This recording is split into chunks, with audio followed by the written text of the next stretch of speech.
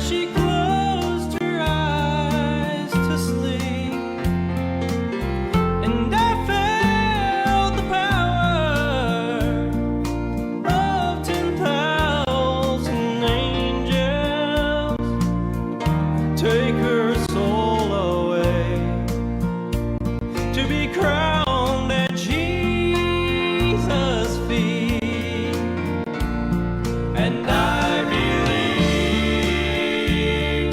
there's a place called heaven. I believe in a place called Calvary. I believe in a man, his name is Jesus. And I believe that he gave his life for me. Oh, I believe that he gave his life for me.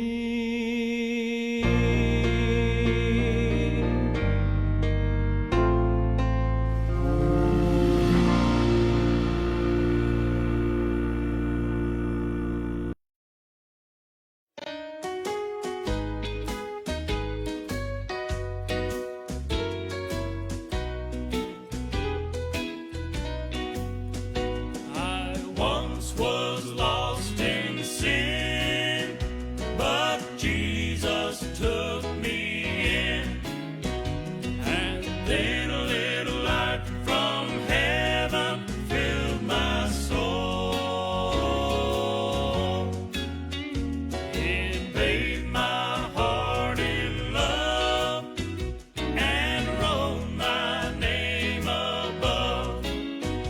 And just a little talk with Jesus made me whole.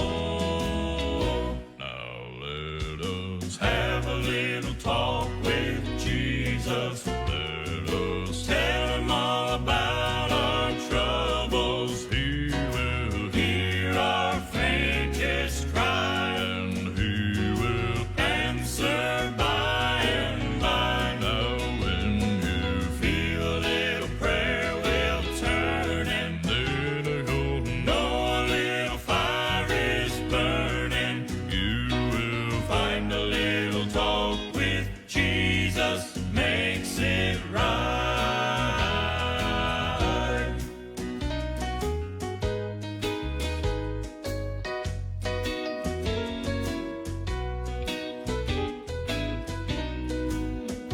I may have doubts and fears, my eyes be filled with tears, but Jesus is a friend who watches day and night.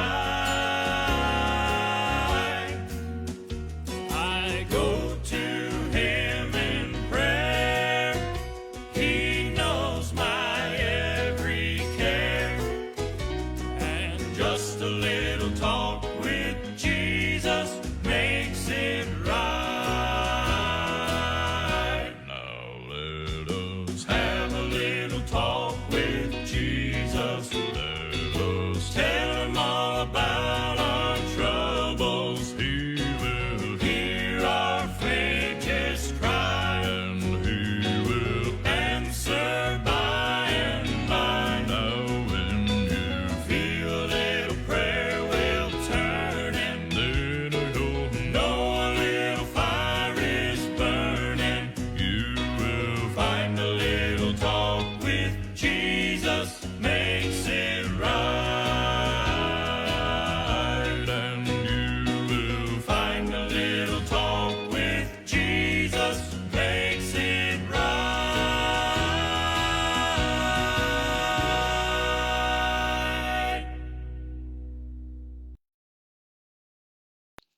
Blessed morning to each everyone. Good morning and praise God for another opportunity that we have here in Human Every Morning developing a strong faith to God at salamat sa Panginoon na tayo po ay ginising ngayon ng Panginoon ng may kalakasan at bago umaga. Pagpalain tayo ng Panginoon ngayong buong araw at I pray that God bless you for the whole day. God protect you. My prayer is that God provide your needs, protect you, and preserve your life this morning. All right? So again, instead of complaining attitude, why not to have sense of gratitude, brethren? And I believe the Lord will bless us this morning, and I believe the Lord will continue to give us wisdom today. Good morning to our brothers and sisters. Wherever you are, may the Lord bless you. Wherever you are, may the Lord continue to give you wisdom, knowledge, and understanding. Ano po? Dalangin ko na kayo ay pagpalain ng Panginoon. Nasaan man kayo ngayon, ay kayo ay pangunahan ng banal na Espiritu. Magandang umaga po. Good morning, Brother Jobs. Good morning to my lovely wife. Good morning to Sir Ronalet, Nanay Rolena, Sister Clarice. Good morning, Sister Mamplor. Good morning, Brother Paolo. Good morning, Brother Johnberg. Good morning po. At kay Nanay Amelia and all Brother Prabhudas all the way there in India. Good morning, Brother Prabhudas, a pastor of India Bible Baptist Church. Ay tuloy-tuloy sa ating church. Thank you for your always keep in tune. We will talk to you later. So go back to our passage that we read yesterday, okay? And I believe the Lord will bless us this morning. Okay? Verse number 9. Let's read verse number 9.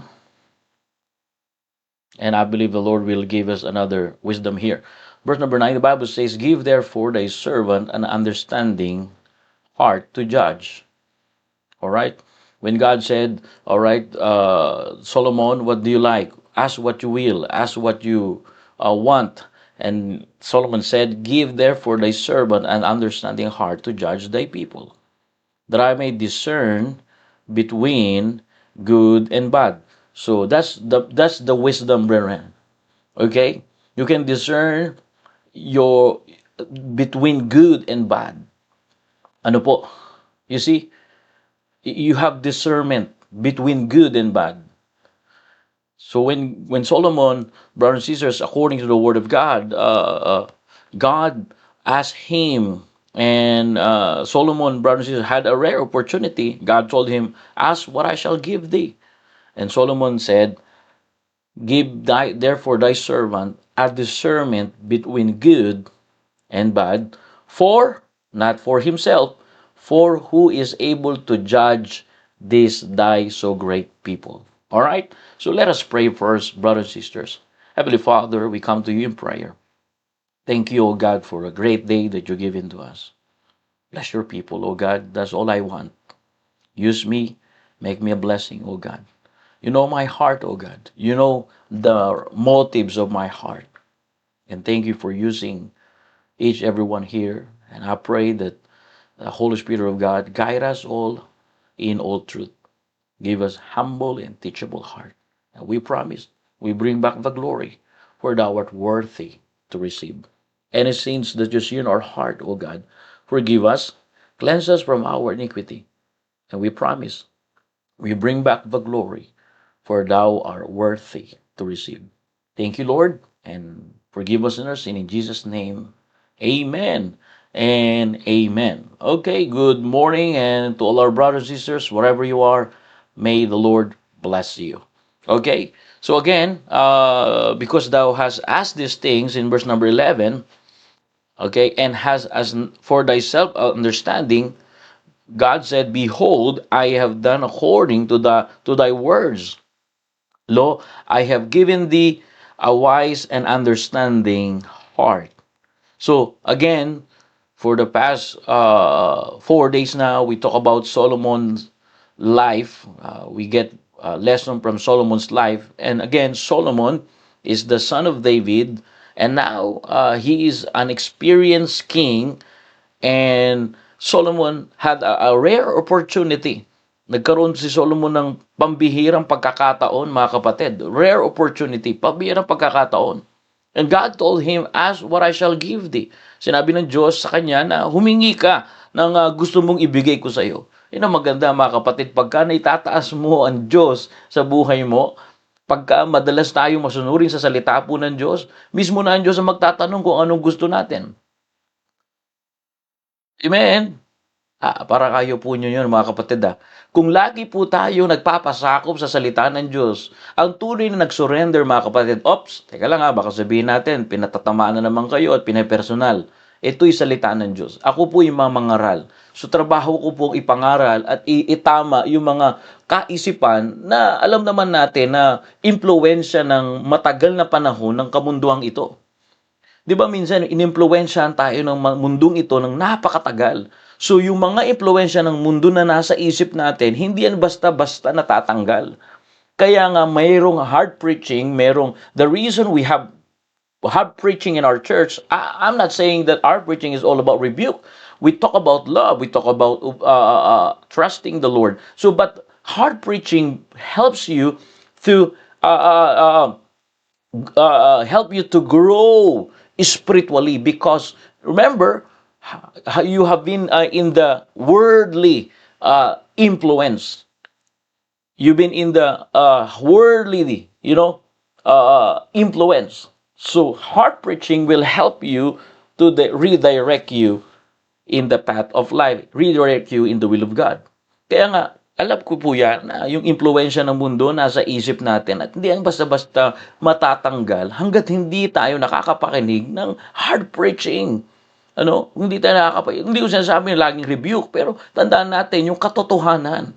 Hanggat hindi mo sinusunod yung soul winning, yan ang magpapasaya sa iyo. Diyan ko natutunan na masaya. Maglingkod kapag every day meron akong souls na nasesiraan, no? At natututo ko rin ibigay yung para sa Panginoong. Pagka hindi natin sinusunod yun, ganyan pa rin, yung impluensya pa rin ng mundo ang ating ginagawa. Kaya napakaganda nito, mga kapatid. Kaya nga sabi ng Panginoon, okay, humingi ka ng gusto mong ibigay ko sa iyo. Kasi nakita ng Diyos kay Solomon na talagang yung mga impluensya ng mundo ay hindi nangingibabaw sa buhay niya. Ganon din tayo, mga kapatid. Pagka ang impluensya ng mundo ay nangingibabaw, ay lagi ka na lang kontra. Alam mo, pinapersonal ka. Hindi po. Ang totoong nag-surrender, mismo na ang Panginoon na magsasabi, humingi ka ng gusto mong ibigay ko sa iyo. Ibig sabihin, ang totoong nag-surrender, lalong malapit sa Diyos. Hindi nagre-rebelde. Kaya pagka tayo rito po sa membro tayo ng church, hindi tama yung magre-rebelde tayo, magpapakita tayo ng self-pity, magpapakita tayo ng emotional para habol-habulin. Hindi pwedeng ganun, mga kapatid. Dito, training ground ito na ang pinapairal yung salita ng Diyos, hindi yung emosyon. Alright? So, Solomon had a rare opportunity, right? And God told him, ask what I shall give thee. And again, like what we said yesterday, most people would ask for wealth, long life, or power. But Solomon asked for wisdom to lead God's people. And God, the Bible says, pleased with his request. And you know what happened? Because Solomon chose wisdom over riches, chose wisdom over power, to have victory over his enemy, God gave him both. God gave him riches and honor. But this passage teaches us more powerful truth, brothers and sisters. When you prioritize wisdom, God can entrust you with greater blessings. Hello? I like this. I learn from this, brethren. And I want prioritize wisdom from now and then. Why? Because according to the scriptures, according to the preserved, inspired, infallible, inerrant, King James English Version Word of God, when you prioritize wisdom, God can entrust you with a greater blessing. Ewan ko na lang po sa inyo. Pero kadalasan po, ang karamihan po ay hinihingi ang kayamanan, kapangyarihan. Pero ang hiningi po ni Solomon ay karunungan upang pamunuan ng bayan ng Diyos. At nalugod po ang Diyos, mga kapatid, sabi ng Biblia, sa kanyang kahilingan. Kaya nga ang prinsipyo na tinuturo ngayon ng salita ng Diyos, dahil pinili niya ang karunungan kaysa sa kayamanan, ibinigay ng Diyos parehas. So ang hingiin muna natin yung nakakalugod sa Diyos para yung hindi hinihingi natin, ibibigay ng Diyos. Di ba napakagandang prinsipyo yun? This is the principles of the Word of God. Solomon asked for wisdom. Because Solomon chose wisdom, God gave him riches and honor. So what is the principles? Prioritize wisdom first. Prioritize God's wisdom first. But most people would ask for wealth, power, revenge. But listen to this passage teaches us the powerful truth that Solomon prioritized wisdom and God entrusted him with a great blessing. Dahil pinili niya ang karunungan kaysa sa kayamanan, ibinigay din ng Diyos parehas. So anong ibig sabihin mga kapatid? Piliin natin yung nakakalugod sa Diyos at yun yung mga pangailangan natin na alam natin na kailangan talaga natin, susunod na lang po yun. Are you there, amen? So, I want you to see here that God was pleased because Solomon's request was not selfish. God always looked beyond the words of our request. And the Bible says He looks at the motives of our heart. That's what we talk about for this week, brothers and sisters. That's why I like what it said last week. Before you praying, check your motives. Bago tayo manalangin, suriin ng motibo ang ating puso. At kung merong something sa motibo natin, sabihin natin sa Panginoon, Panginoon, patawarin mo ako. Yesterday, we already talked about these, brothers and sisters, but it is important to be reminded again. Instead of praying, Lord, give me more money, try praying, Lord, give me wisdom to handle what I have. Either amen? Pwede sana humingi si Solomon ng kayamanan at maraming pera sa Diyos nung tinanong siya ng Diyos. Pero ang pinili niya ay karunungan. Mga kapatid, ang pera na walang karunungan ay nagdudulot ng kapahamakan. Kaya nga maraming mga kapatiran natin, nung nawalan ng trabaho, nawala din sa church. Nung nawalan ng pera, nawala rin sa gawain ng Diyos. So, ibig sabihin, mga kapatid, hindi pera ang problema. Ang problema yung karunungan ng Diyos. Sabi ng Biblia, pwede sana pong humingi si Solomon ng kayamanan, pero pinili niya ang karunungan. Kasi ang pera na walang karunungan galing sa langit, walang karunungan mula sa Diyos, nagdudulot po yan ng kapamakan. Ang karunungan, mga kapatid, ang tumutulong. Karunungan ng Diyos po, hindi karunungan ng mundo. Yung karunungan ng Diyos. Ang karunungan ng Diyos, mga kapatid, ay tumutulong upang maayos gamitin at magkaroon ka ng pagkakontento at maging maayos ang paggamit mo sa pagpapala ng Diyos. Akalain mo yung binigyan ka ng Diyos ng trabaho, uubusin mo rin sa alak, uubusin mo rin sa sigarilyo, sa bisyo mo. So yung pagpapala ng Diyos, ginagamit mo, hindi doon para mawalhati siya, kundi wasakin yung abdo mo. Ang karunungan ay tumutulong upang makagawa ng tamang desisyon. Ang karunungan ay tumutulong upang makaiwas sa maling hakbang. Kaya nga, sa halip na manalangin tayo, Panginoon, bigyan mo ako ng maraming pera. Subukan natin manalangin, Panginoon, bigyan mo ako ng karunungan sa paggamit ng meron ako. Aray na po ba kayo?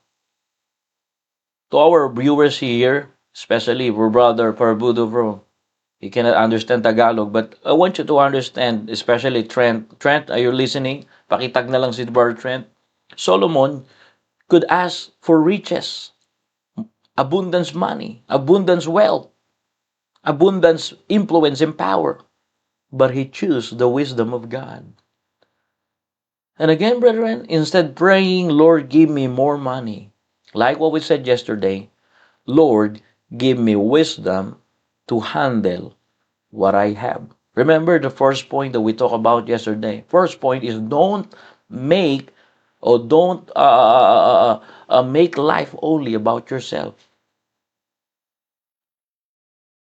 That's why I ask ourselves this morning, do I pray only about my needs? Do I pray for others? Or do I pray about my needs? Do I pray for God's work and kingdom of God? Christian maturity moves from God bless me to Lord use me. Ang paglago talaga mga kapatid, lagi ang panalangin yan at lagi makikita mo yan, napaka-active. Nagpapasalamat ako sa mga membro natin sa church. Na nakikitaan ko sila na dati ang kanilang panalangin ay panalangin na pagpalain mo ko, Panginoon. Pero ang kanilang panalangin na patungo na sa Panginoon, gamitin mo ako. Di ba napakaganda mga kapatid na nagpapatuloy tayo sa ganyang wisdom ng Diyos? Wisdom po ng Diyos yan. That's a wisdom of God. That your prayer is from Lord. Before, your prayer is, Lord, bless me. But now you moves from Lord, bless me to Lord, use me. Oh, I'm so glad, brothers and sisters. Personally, I'm so encouraged seeing the church members that their prayers before is Lord bless me, and now they moves from Lord bless me to Lord use me. Before you pray for Lord give me more money, but now you pray Lord give me more wisdom to handle what I have. Are you glad, brothers and sisters, that a wisdom is available? James chapter number 1, verse number 5. As wisdom. As wisdom. Manghihingi lamang tayo sa Diyos ng karunungan. Hindi tayo pagdadamutan ng Diyos. Marahil mapagdamutan ka ng tao, pero ang Diyos hindi ka pagdadamutan yan. In verse number 12, God reward the desire for wisdom. Is that in the Bible? It is. Verse number 12, let's read right here in the text. The Bible says, Behold, I have done according to thy words. Lo, I have given thee wise and understanding heart. Let's continue. Number 5, God rewards the desire for wisdom. Solomon became the wisest king in history. Is that in the Bible? It is. In verse number 13, the Bible says, And I have also given thee which thou hast not asked, both riches and honor, so that there shall not be any among the kings like unto thee all the days. So Solomon became the wisest king and the richest man ever lived. God said, I have given thee a wise understanding heart in verse number 12. Right here the text, brethren. I have given thee, wow. From the very mouth of God, God simply saying, I want to reward a desire for wisdom. Sinabi ng Diyos, binigyan kita ng pusong marunong at may unawa. Yan ay karunungan galing sa Diyos. Kaya nga si Solomon ang naging pinakamatalinong hari sa kasaysayan ng Biblia at kasaysayan ng mundo. Siya na po ang pinakamatalino. Ang karunungan ay kakayanang gamitin ang katotohanan ng salita ng Diyos sa buhay mo. At yun ang nagagawa ni Solomon na dapat din nating gawin, na dapat nating matutunan sa kanyang buhay. May mga panahon sa buhay ni Solomon na hindi nating pwedeng gawin. Pero itong nangyayari kay Solomon, ito yung pwede nating matutunan, mga kapatid. Solomon became the wisest king in history. And wisdom is the ability to apply God's truth in real life. Like what we said, knowledge tells you what is right, but wisdom helps you do what is right. Let me say again, knowledge tells you and me what is right. Knowledge about good, knowledge about not good. But wisdom helps you and me do what is right. When you have wisdom, wisdom is applied knowledge. Wisdom is you do what is right. If you do it right, that's wisdom. Ang kaalaman nagsasabi kung ano ang tama at kung ano ang mali. Pero ang karunungan, tumutulong gawin ng tama. Tanong, tama bang magpatawad? Tama bang makipag-usap ka sa pastor mo? Sabihin mo na naman, ikaw na naman yan. Hindi lang ikaw tao sa church, ha? Pagka may problema maka, tama bang kausapin mo yung pastor mo? Kesa layuan mo. Baka na naman, ikaw na naman yan, ha? Marami din dyan sa Perth dyan. Okay? Oh, tama ba yun? O kung tama yun, ba't hindi mo ginagawa? Alam mo kung bakit? Kuya, ate, matatanda na kayo? Kasi wala ka pang wisdom. Bakit wala kang wisdom? Maaring wala ka pang karunungan. Kasi ang karunungan ang nagsasabi kung ano ang tama. So ngayon, nalaman mo na yung tama. Ngayon, pagka ipinamuhay mo na yung tama, yun na yung wisdom. Now, kung halimbawa, meron ka ng alam mo na yung tama, pero hindi mo ginagawa. So, ibig sabihin, ayaw mo ng wisdom. Ayaw mo magpa-correct. Ibig sabihin, may pride ka. Oh, baka sabihin mo na naman, ikaw na naman ito, ha? Andito si Sister Roralet, andito si Brother Mac, andito si Brother Job, si Sister Bona, andito ka rin ba? Ito pala si Ma'am Faith Fernandez. Alright, Ma'am, good morning. Andito si Nani Roralet. So, kahit pa paano naman, kahit konti dito, meron pa rin nakikinig. Hindi lang ikaw. Kasi itong salita ng Diyos, hindi lang ito para sa'yo. Hindi, wag mo isipin pinapersonal ka, ano? Kuya, ha? Ate, ito'y salita ng Diyos. Ngayon, kung ang dating sa'yo pinapersonal ka, kasi nga, alam mong may ginawa kang mali. Ngayon, yung kamalian na yun, matatama lang yun kung ipapamuhay natin yung natutunan natin sa salita ng Diyos at yung mali na yun, yun ang maglilid sa'yo para gawin ng tama. At doon ka nang masasabing meron ka ng karunungan. Kasi ang kaalaman ang nagsasabi kung ano ang tama. Ang karunungan tumutulong gawin ang tama. Knowledge tells you what is right. And right here in the text, we read that God gave wisdom. Not only knowledge to Solomon, but wisdom. Because knowledge tells you what is right, but wisdom helps you to do or helps you do what is right. That's why, brethren, ask God for wisdom daily. It means ask God to do what is right. Humingi tayo ng karunungan sa Diyos araw-araw kasi araw-araw kailangan natin mapasaya ang Diyos. Kasi kung mapasaya ang Diyos, mas malapit ang pagpapala ng Diyos. Alam nyo, kaya sabi natin, ikaw lang naman ang pinagpapala. Hindi, kailangan ikaw din. Ang tanong, ganito lang yan eh. Bakit siya pinagpapala? Bakit ako hindi? Baliktarin natin. Bakit siya hindi matampuhin at masaya sa gawain ng Panginoon at hindi mapag-isip na masama sa kapwa? Bakit ako matampuhin at mapag-isip na masama sa kapwa?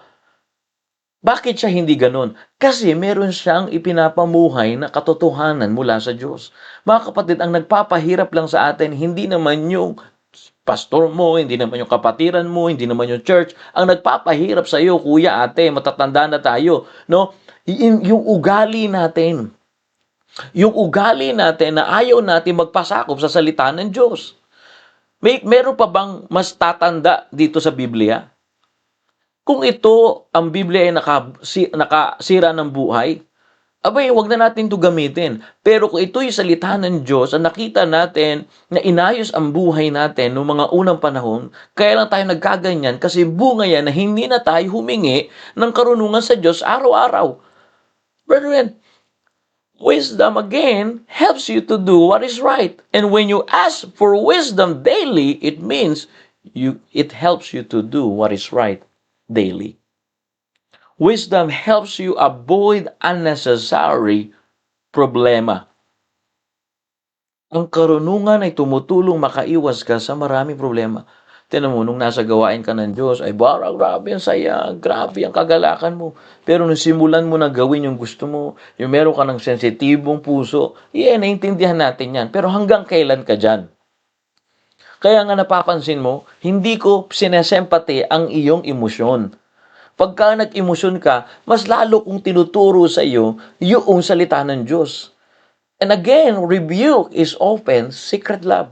Pagka ni-rebuke ka ng salita ng Diyos at ipinahayag sa iyo ang salita ng Diyos, mga kapatid, yung unang mag-aayos ng buhay mo. Kasi ang karunungan nga ay tumutulong makaiwas sa maraming problemang paparating.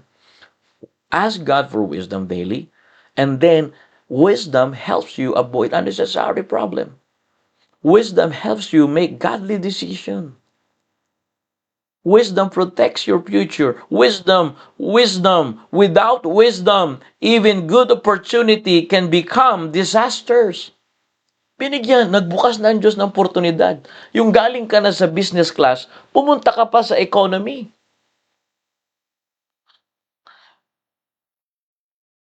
Binigyan ka na ng Diyos ng magandang kalagayan, bumaba ka pa. King James na yung gamit mo, bumalik ka pa sa NIV. Nandun ka na sa Bible study na nagtuturo ng katotohanan, na inaral talaga ang Biblia at yung tamang translasyon, tapos bumaba ka doon sa maling translasyon. Papunta ka na sa langit, pinili mo pa impyerno. Binigyan ka ng Panginoon ng kaligtasan, napako siya sa krus, dumanak ang kanyang dugo, at ikaw ay tatanggap sa Panginoon at ikaw ay pupunta na sa langit at lalago ka habang nandito ka pa sa lupa, pero mas pinili mong i-reject ang kaligtasan ng Diyos, pinili mong hindi maniwala sa Kanya, pupunta pa ng impyerno. Kung wala tayong karunungan mga kapatid, kahit maganda ang oportunidad na binuksan po sa atin ng Diyos, maaring maging kapahamakan po yan. Huwag po tayo masaktan dyan kasi tayo ay nagsasabi ng katotohanan. Kapag kasinungalingan, ang lakas-lakas natin magsalita. Pero pag katotohanan, takot na takot tayo. Tama ba? Amen? Hello? Kapatid, again, without the wisdom, even good opportunities can become disasters. And God reward the desire for wisdom. So just ask for wisdom. And when we say wisdom, wisdom helps you do what is right. Knowledge tells you what is right. Ang kaalaman, knowledge, nagsasabi kung ano yung tama at mali. Pero yung karunungan, tinutulungan tayo paano natin gagawin yung tama. Kaya na-enjoy mo gumawa ng tamang. Ako, marami akong piniling mali. Pero nung nagkaroon na ako ng wisdom, mas marami na akong nagawang tama. Yun ang kailangan nating hingiin po sa Diyos, mga kapatid. Amen. Brethren,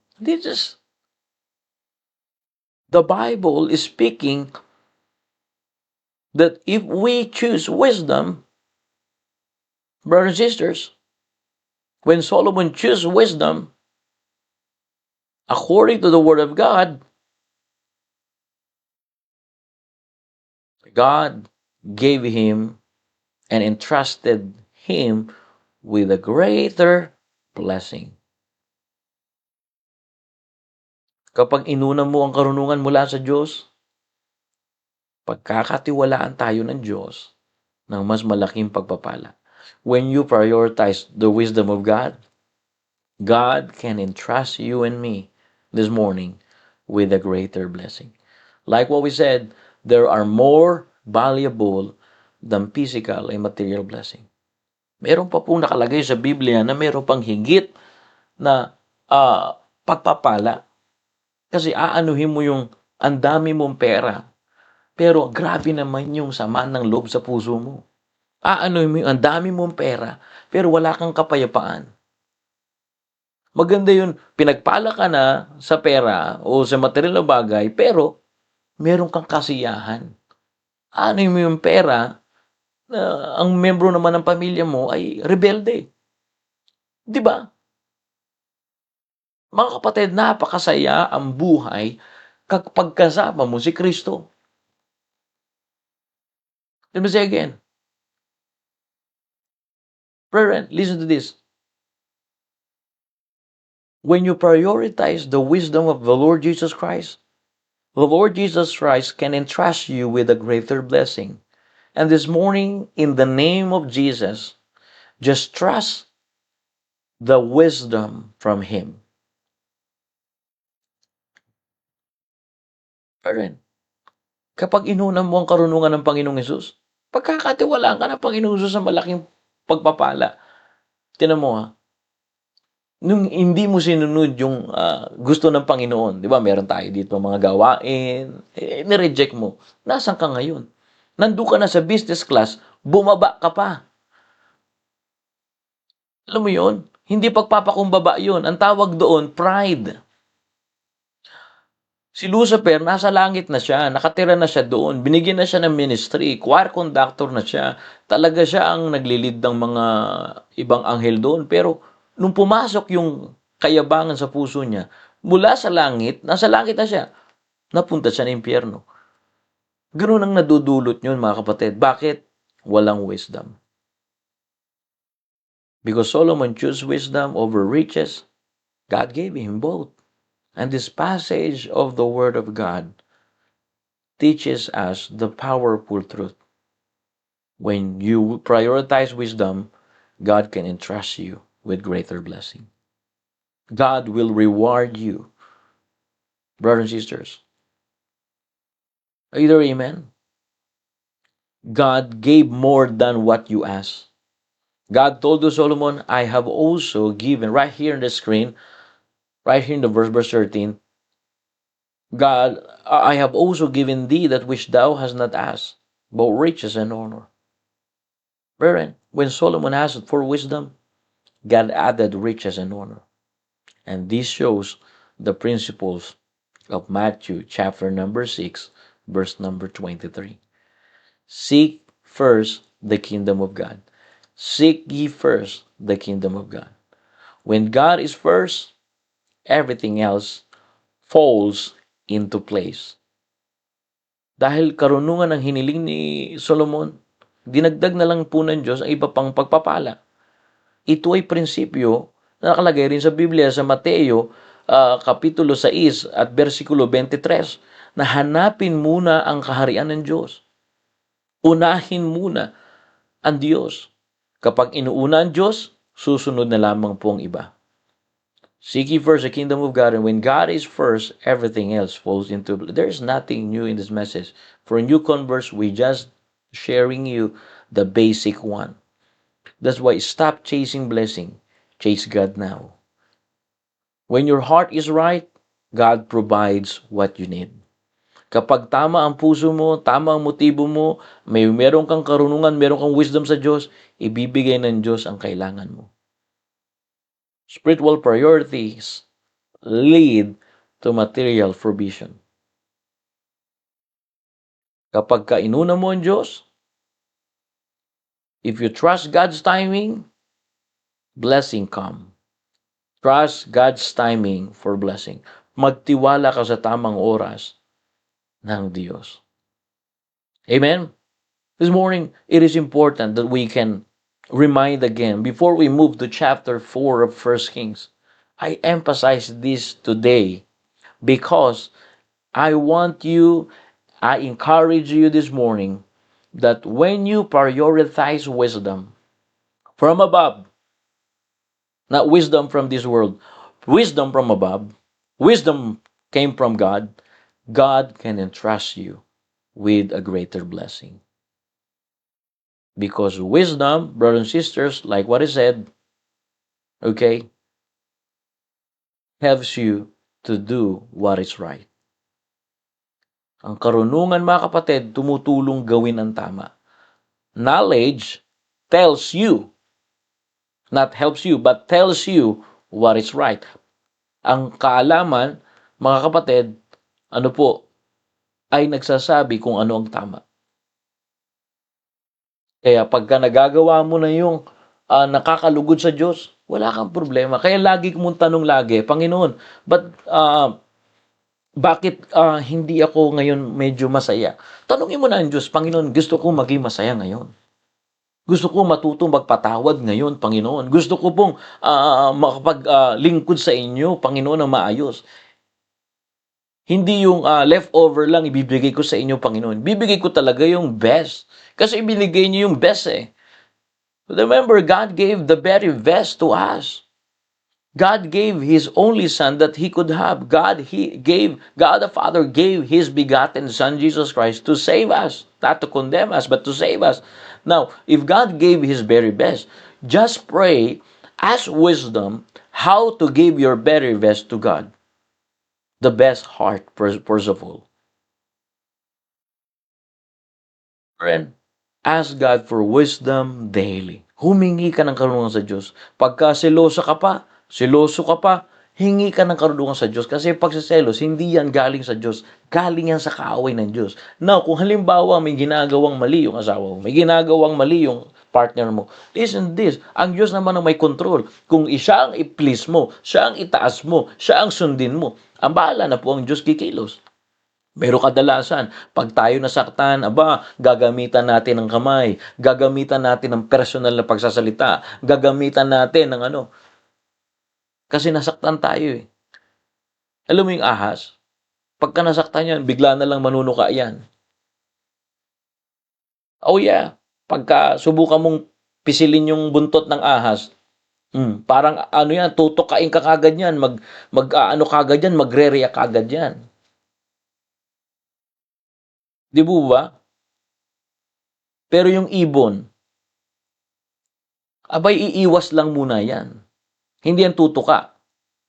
Tanong, saan po tayo doon? Ahas o ibon? Ano sabi ng Biblia? Harmless like a dove, di ba? So may kita po natin, ang wisdom ang tutulong maiwasan ang maraming problema. Kaya mga kapatid, sa totoo lang, magpasalamat tayo sa Diyos na merong tayong pag-uusap para mapalahanan tayo ng Diyos. Amen?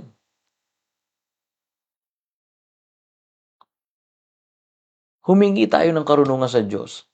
Na yung karunungan ay yan yung tumutulong gawin ang tama. Minsan, Tagalog na, hindi pa natin maintindihan. Yung kaalaman, yun yung knowledge. Nagsasabi kung ano ang tama. Yung karunungan, ano bang kaibahan ng kaalaman sa karunungan? Yung karunungan, yun yung wisdom. Na nagagawa mo nang gawin yung tama. Hindi mo lang siya alam. Pag sinabing kaalaman, alam mo yung tama. Pero tanong, ginagawa mo ba yung tama? Tama bang makipag-ayos ka sa iyong church bago ka umalis ng simbahan? Tama, di ba? Parang kumpanya yan eh. Bago ka mag-resign, mag-send ka ng letter. Di ba? Pagka aalis ka na sa kumpanya, magbibigay ka ng resignation letter. Tama ba yun na aalis ka lang dun sa kumpanya mo, hindi ka malang nagpaalam? O kung ikaw ay military, tama lang ba na mag-ahul ka? No. Ibig sabihin nun, may sama ka ng loob. Pero kung ikaw ay lalabas ng tama, sabi ko, dito sa simbahan na to, hindi na ako lalago. Ito, magbigay ka rin ng letter na, ito po, ay ko po nagpapasalamat sa Panginoon. Natutuwa ako dun sa kapatiran natin. Nagsabi siya eh. Napakaganda nun. Yun ang professional. Napaka-professional nun. Napaka-professional mo. Ganun dapat. Pero may mga umaalis na hindi malang nagbigay ng yung pagka umalis sa kumpanya, hindi malang nagbigay ng resignation letter. Hindi niya magawa yon kasi wala pa siyang karunungan. Ang tama, mga kapatid, nagagawa lang yan kapag may karunungan ka. Kaya nga, sabi ng Biblia, humingi tayo ng karunungan sa Diyos araw-araw. Ask God for wisdom. Knowledge, brothers and sisters, tells you what is right. But when you ask wisdom from God, wisdom helps you to do or helps you do what is right.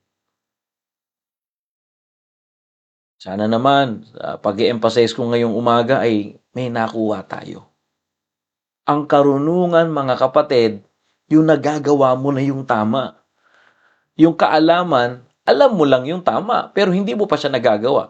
So ano ang maganda? Alam mo lang ba yung tama? o nagagawa mo na yung tama sa harapan ng Diyos? Of course, gusto natin magawa yung tama sa harapan ng Diyos. So ngayon, hihingi tayo sa Diyos ng tulong na bigyan tayo ng karunungan na magawa yung tama. Kasi ang karunungan tumutulong maiwasan sa maraming problemang paparating. Wisdom helps you to avoid or helps you avoid unnecessary problem. Because without wisdom, even good opportunity can become disasters. Kung wala pong karunungan, kahit maganda yung binuksan ng Diyos na oportunidad po, mga kapatid, maaari pa rin maging kapahamakan po yan. Tama po? Amen. Nag-aalisan na naman kayo rito. Ayaw nyo na naman ng, ayaw nyo na naman ng hard preaching. Kapatid, trabaho lang. Walang personalan. Okay? So ngayon, alam nyo na, siguro naman, nakuha nyo na mga kapatid. So, before we end this chapter, brethren, again, God said in verse number 12, I have given thee wise and understanding heart, so that there was none like thee before thee, neither after thee shall any arise like you unto thee. So what does it mean? Solomon became wise as king in history. So, God gave him wisdom. So, wisdom helps you to do what is right. Wisdom is the ability to apply God's truth in real situation or real life. Ganun po yan, mga kapatid. Ano po? Kaya nga, without wisdom, even good opportunities can become disasters. Kung wala tayong karunungan, kahit maganda pa po ang oportunidad na ibigay sa atin ng Diyos, parang ganito yan kahit bigyan ka ng maraming pera ng Diyos, kung wala kang wisdom, tinan mo yung nanalo sa loto. For example, nanalo sa loto, mabihira, milyon nanalo sa loto. Pero after ng isang taon, naubos lahat. May utang pa. Bakit po? Kasi walang wisdom kung paano i-handle yun. Masa trabaho ka man, nasa pamilya ka man, o saan ka man, kailangan mo ng wisdom. Brethren, wherever you go, you're working in a big company or in a small company, it doesn't matter. The matter here that God opened opportunity to you. But without wisdom, even good opportunities can become disasters. God said, I have given thee wisdom. Brethren, this morning, as ourselves, what do I usually pray for? If you have wisdom, always ask ourselves. I always ask myself, to be honest with you, what do I usually pray for? I pray for comfort, I pray for success, I pray for money, or I pray for wisdom. Brethren, because the things we ask reveal what matter most in our heart. Tanungin natin sa Diyos. Kasi ibibigay naman ng Diyos yung katagumpayan, yung kaginhawanaan mo. Pero ang kailangan mo munang malaman at kailangan mong hingin sa Diyos, yung karunungan. Hindi, available na po siya eh. Hihingi mo na lang. Dahil ang hinihingi natin, mga kapatid, sa Panginoon ay nagpapakita din ng laman ng ating puso. Solomon teaches us a powerful lesson this morning. When you ask for wisdom, God can trust you with a greater blessing. Let me say again. When you trust or when you ask for wisdom, God can trust you with a greater blessing. Amen? And brethren, when you prioritize wisdom of God, God can entrust you with a greater blessing. That's the Bible says. Not my words. That's the Bible says. But when you only ask for blessings, you may not be ready to handle them. Kapag ka humingi ka ng karunungan, pagkakatiwalaan ka ng Diyos ng pagpapala. Pero kapag pagpapala lamang ang hinihingi mo, maaring hindi ka handang tumanggap nito. Baka malula ka. Hiningi mo sa Diyos, Panginoon, pagpalain mo ako. Ngayon, binigay ng Diyos. Nalula ka ngayon, hindi mo kayang handle. Pero kapag ka may wisdom ka, bago yung pagpapalang hiningi mo sa Diyos, kaya mong panghawakan niya. Hindi ka mapapalayo sa Diyos. Mas lalo kang makakapaglingkod sa Diyos. Alam nyo ba, mas pagpapalain ang membro ng church kung doon siya nagpapagamit kung saan siya membro. This morning, may tumawag sa akin at sabi niya, magpapatransfer na po kami sa church dito po sa Western Australia. Sabi ko, salamat sa Panginoon, brad and sister, kasi dyan na kayo pagpapalain. Okay? So, kung ikaw naman ibabalik na dun sa mother church mo sa Pilipinas, di balik ka na dun, transfer ka na ulit. Pero kung nandito ka sa West Australia at gusto mo magpagamit sa Diyos, ngayon, nagpa-transfer na po sila. At ang sabi nila ay magpapagamit nila sa Panginoon. Yun ay wisdom. Kasi kung membro ka ng simbahan, dito binubuhos ng Diyos yung pagpapala. Kung umalis ka doon at dito ka nilagay ng Diyos na bilang membro, dito ka pagpapalain ng Diyos. Pero pagka umalis ka sa simbahan kung saan binubuhos ng Diyos yung pagpapala, kung saan ka membro, ay hindi ka pagpapalain ng Diyos. Huwag tayong umasa. Kaya pabalik-balik pa rin ang problema. At nagpe-pretend tayong okay kasi umalis tayo sa lugar kung saan binubuhos ng Diyos yung pagpapala. Huwag tayong aalis sa lugar kung saan binubuhos ng Diyos yung pagpapala. At alam mo kung saan yun? Basahin mo Ephesians chapter 3 verse 21. If you want to receive greater blessing, read Ephesians chapter 3 verse 21. That's our assignment. All right? So, wise people ask for wisdom first, and God takes care of the rest. Ang matalinong tao, humihingi muna ng karunungan sa Diyos, at ang Diyos ang bahala na sa iba. I hope the message is clear. All right? Again, what is the difference of knowledge and wisdom? I hope you get something. Amen. Sige nga. Knowledge tells you what is right. Wisdom helps you do what is right. Sa Tagalog, ang kaalaman nagsasabi kung ano ang tama. Pero kung hindi mo gagawin yung tama, alam mo lang yung tama, pero hindi mo gagawin. Alam mo bang mali na sirain mo ng alak yung abdo mo? Alam mo bang mali na sirain yung baga mo ng sigarilyo? Alam mo yung tama, pero paulit-ulit mo ginagawa. So, meron kang kaalaman, meron kang knowledge yan. Pero, wala ka pang karunungan. Kasi ang karunungan, tumutulong para gawin ang tama. Ang karunungan ay yung kaya mo nang gawin kung ano yung tama.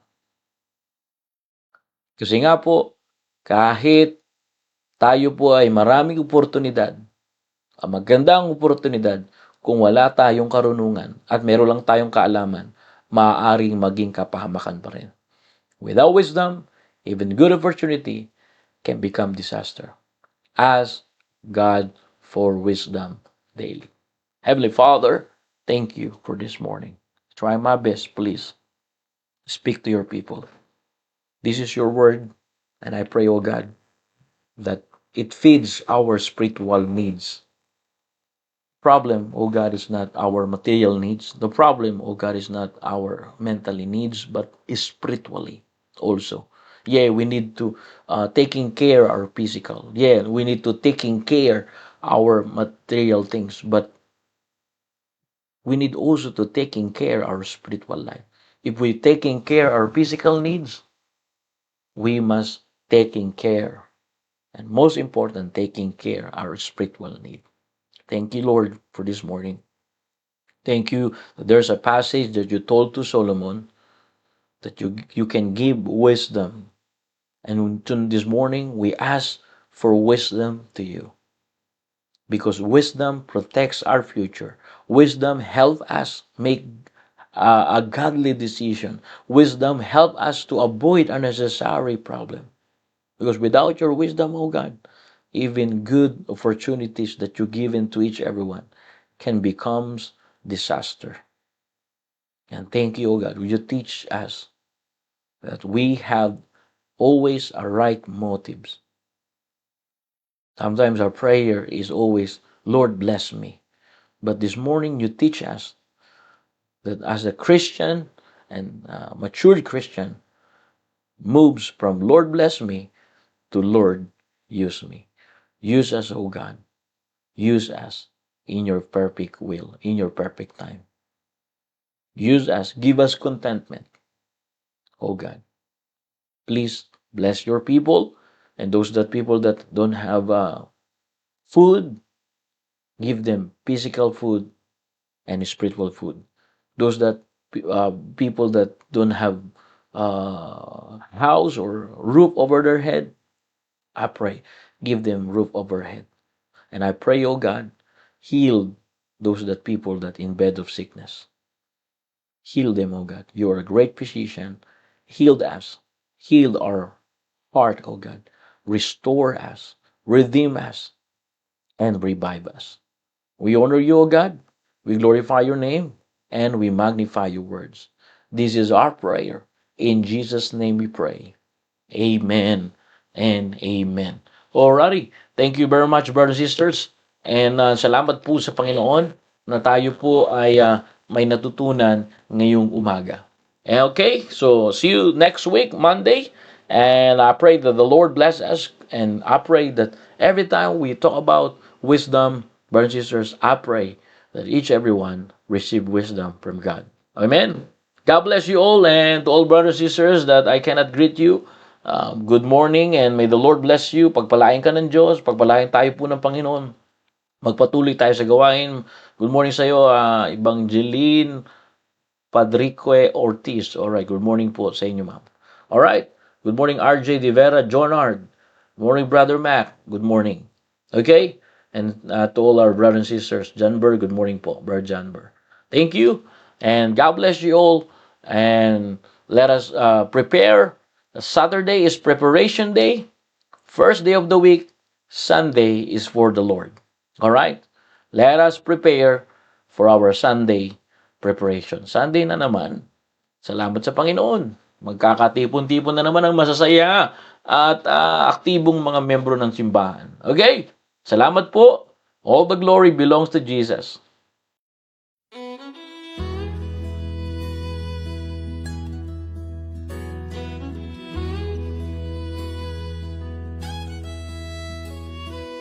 Preacher got up and said, stand to your feet. We'll start with a prayer. If you have a need, let it be heard, saints, let it be known. We're all a family, you're not alone. And that's when he saw her at the back of the church. Her silence and sadness cried out to her. The kind shepherd knew just what to say. I need to know before we pray. An unspoken request. Does anybody have one here tonight? Did you come with a burden you can share? A need in your life? Just lift up your hand to the one who can give you rest. Child, have no fear, Our God can hear an unspoken request. Well, the preacher whispered as she raised her hand, sweet Holy Spirit, come by her and stand. As the the tears started flowing, he had no doubt that in the throne room of heaven her secret was out. An unspoken request. Does anybody have one here tonight? Did you come with a burden you can share? A need in your life. Just lift up your hand to the one who can give you rest. Child, have no fear, our God can hear an unspoken request. Child, have no fear, our God can hear an unspoken request.